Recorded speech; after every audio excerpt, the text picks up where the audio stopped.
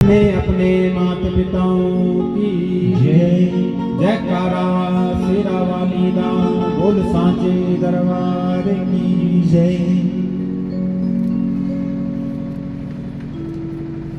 कहने का अर्थ है सज्जनों, हम भूल जाते हैं उस त्याग को जो माता पिता हमारे लिए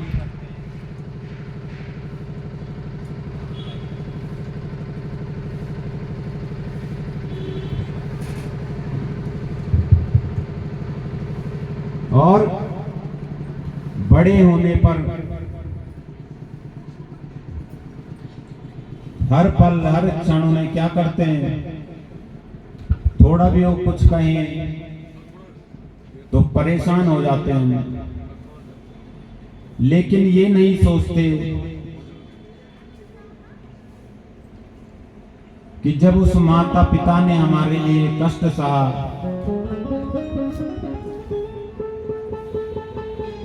तब वो परेशान नहीं हुए, उन्हें बिल्कुल थक भी नहीं लगी।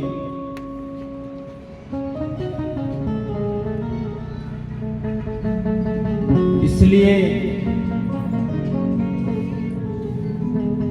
उस माँ से प्रार्थना करें, हे माँ, क्योंकि ये जो गुण जितने भी माताओं में हैं वो किसने भरे हैं, उस जगत जननी ने। इसलिए उससे प्रार्थना करें, हे माँ, हमें धर्म कर्म में लगाइए, हम अपने माता पिता की सेवा करें, ये सौभाग्य हमें प्राप्त हो, ऐसी हम पर कृपा कीजिए। कभी हमारे मुख से उनके लिए कटु वचन न निकल जाएं, हमसे कभी न मिटने वाला अपराध हो जाए जिससे वो माता पिता दुखी हों।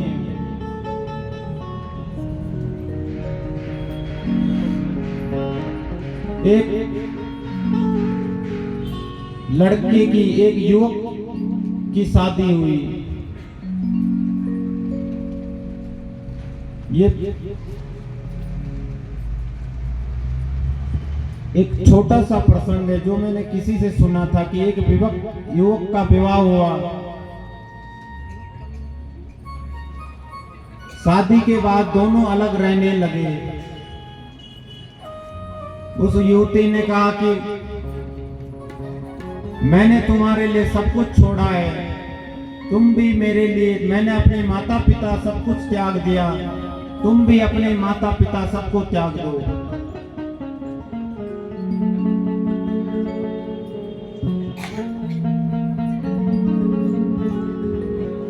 और एक दिन उसने अपने पति से कहा कि यदि तुम मुझसे अधिक प्रेम करते हो या अपनी माँ से, तो उसने कहा मैं दोनों से बराबर प्रेम करता हूं। उसने कहा नहीं, इसका सबूत दो, यदि तुम मुझसे प्रेम करते हो तो अपनी माँ का सिर काट कर लेकर के आओ।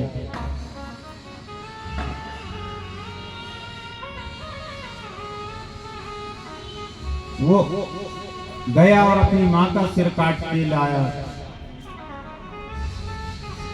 रास्ते में जब सिर को काट करके हाथ में लेकर जा रहा था, अचानक सर जमीन पर गिरा, तो जमीन पर गिरते ही उस सिर से आवाज आई कि बेटा कहीं तुझे चोट तो नहीं लगी है।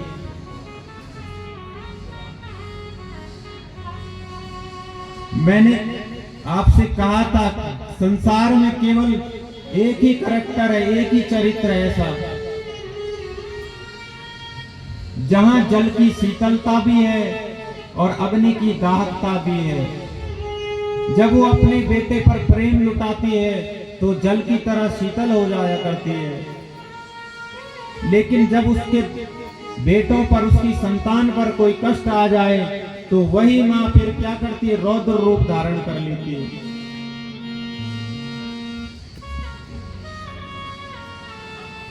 लेकिन सोचिए कि उस जगत जननी का स्वरूप कैसा होगा जिसने इन गुणों को, इस ममता को उस माँ के भीतर भरा है, इस प्रेम को उस माँ के भीतर भरा है। ये जो शब्द है ना सज्जनों, माँ, संसार के सब गुणों का समावेश इस शब्द में है। माँ कहते ही कंठ अवरुद्ध हो जाता है, हृदय कंपित हो जाता है।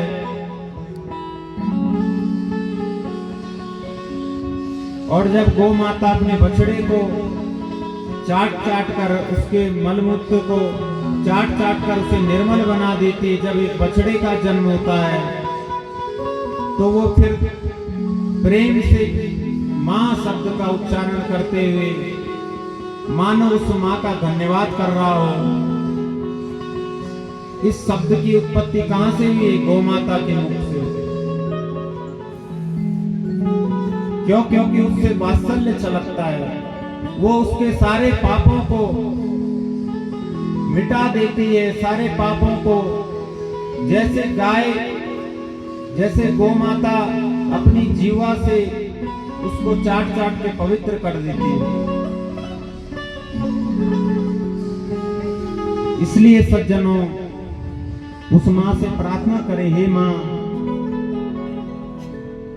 हम पर ऐसी कृपा कीजिए कि हम नित्य आपके चरणों में लगे रहें, जिससे आपके व्यवहार को जान पाएं, आपके विषय में जान पाएं, जिससे हमारी श्रद्धा और प्रगाढ़ हो और एक दिन हम आपके चरणों की शरणागति को स्वीकार कर लें। बोले दुर्गे मैया की जय। लेकिन इस कलयुग में,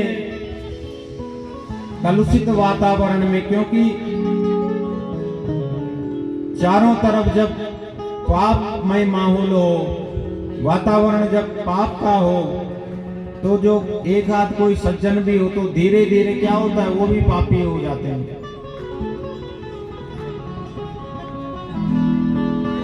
ऐसे ही कलयुग में दुनियादारी के चक्कर में पड़ करके हम क्या करते हैं, माता पिता को एक तरफ छोड़ करके सोचते हैं हम जीवन में बड़े आगे बढ़ेंगे, लेकिन सज्जनों, जिंदगी अधूरी होगी, कुछ नहीं मिलेगा, हाथ खाली के खाली रहेंगे। जब तक हम सत्संग में जाते हैं, किसी कथा में जाते हैं, सुनते हैं माता पिता की सेवा करना चाहिए, लेकिन बाहर जाते हैं तब तक कोई हमें गलत ही दिशा में ले जाता है। चलो घूमने चलते हैं, आज यहाँ चलते हैं, कल वहां चलते हैं, खाते पीते मौज करते, जीवन चला जाता है। इधर राजा परीक्षित के जो पुत्र हैं जन्मेजय जी महाराज,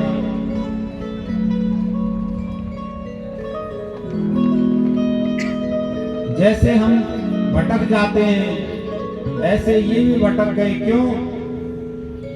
क्योंकि उत्तंग नाम के एक ऋषि इनके पास में पहुंचे, इनसे कहा, राजा धिक्कार है तुम्हारे जीवन को, तुमने अपना पूरा जीवन यूं ही नष्ट कर दिया, खाने पीने मौज उड़ाने में।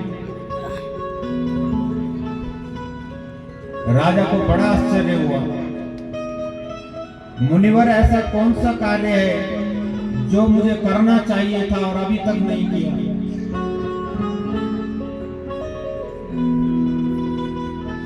मुनि उत्तंग ने कहा, धिक्कार है तुझ जैसे बेटे को,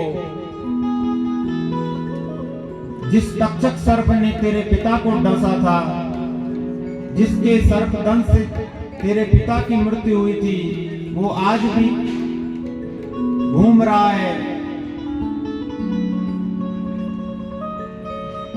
लेकिन जब परीक्षित की मृत्यु हुई थी सज्जनों, तो जन्मेजय जी महाराज क्या थे, बहुत छोटे थे, उन्हें बोध नहीं था कि, उन्हें ये जानकारी थी कि मेरे पिता की मृत्यु ऋषि के श्राप से हुई।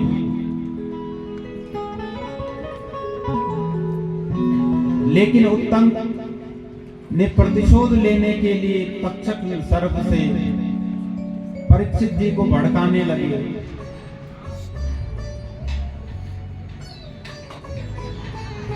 मंत्रियों की ओर इशारा किया, क्या तक्षक के द्वारा परीक्षित की मृत्यु नहीं हुई?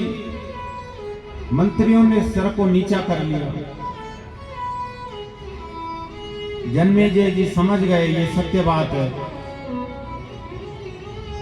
उत्तंग मुनि की प्रेरणा से फिर जन्मेजय ने क्या किया? सर्प यज्ञ किया। सारे सर्पों को बुला बुला करके हवन कुंड में आहुति दे देते हैं।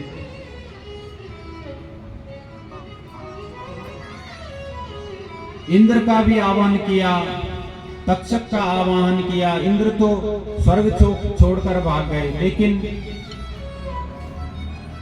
अब तक्षक संकट में पड़ गया। इधर से आस्तिक मुनि यहां पर पहुंचे। जन्मेजय को समझाया कि अहिंसा परमो धर्मा, राजन हिंसा करना पाप है। तुम्हारे पिता को डसा एक सर्प ने और तुमने सारे सर्पों को मार दिया। एक का बदला तुमने सबसे ले लिया।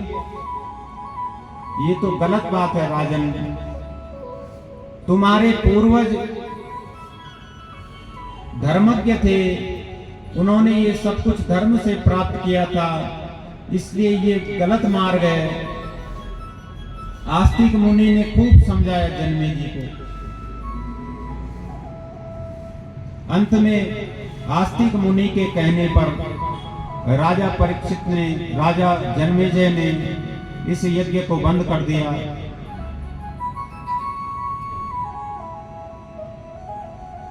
कहने का अर्थ है सज्जनों, हमारे जीवन में भी ऐसे उत्तंग आते हैं। उत्तंग कौन है? जो गलत की प्रेरणा देता है। चलो जुआ खेलने चलते हैं, चलो मदिरालय में चलते हैं, वैश्यालय में चलते हैं, होटलों में घूमने जाते हैं। वो कौन है जो जन्मेजय को गलत कह रहा है? सर्पों को मार डालो, सर्प यज्ञ करो, उत्तंग। ऐसे ही जब द्वंद्व हमारे जीवन में आता है, तो जो भक्ति हमने की है उससे पूर्व, उसके बल से जो हमारे अंदर जो आस्था है, वही आस्तिक बन करके हमें रोकती है, ये कार्य मत करो। लेकिन कलयुग के कलुषित वातावरण में हम स्वयं ही उत्तंग बन करके एक मार्ग को जिता देते हैं। हाँ, ये मार्ग ठीक है, और खुद ही चल देते हैं, और खुद ही अपने आप की पीठ भी थपथपाते हैं। हाँ, मैं सही रास्ते पर चल रहा हूं। और कोई बताए भी तो सोचते हैं ये जो सोच रहा है वो सब गलत, ये जो कह रहा है वो गलत है, मैं जो कह रहा हूं वो सब सही है। लेकिन सज्जनों, आपके आस पड़ोस किसी की कई बातें झूठी हो सकती हैं, लेकिन शास्त्र जो हमें बतला रहे हैं ये क्या है? ये मुनि आस्तिक की तरह हमें सही बात बतला रहे हैं। जैसे आस्तिक मुनि जन्मेजय को कहते हैं ये गलत है, हिंसा करना, लड़ाई झगड़ा करना पाप है। लेकिन वो आस्तिक है जो हमारे भीतर, वो आस्था जो हमारे भीतर है, वो कब बढ़ेगी? जब हमारे भीतर ये जो उत्तंग बैठे हैं, ये जो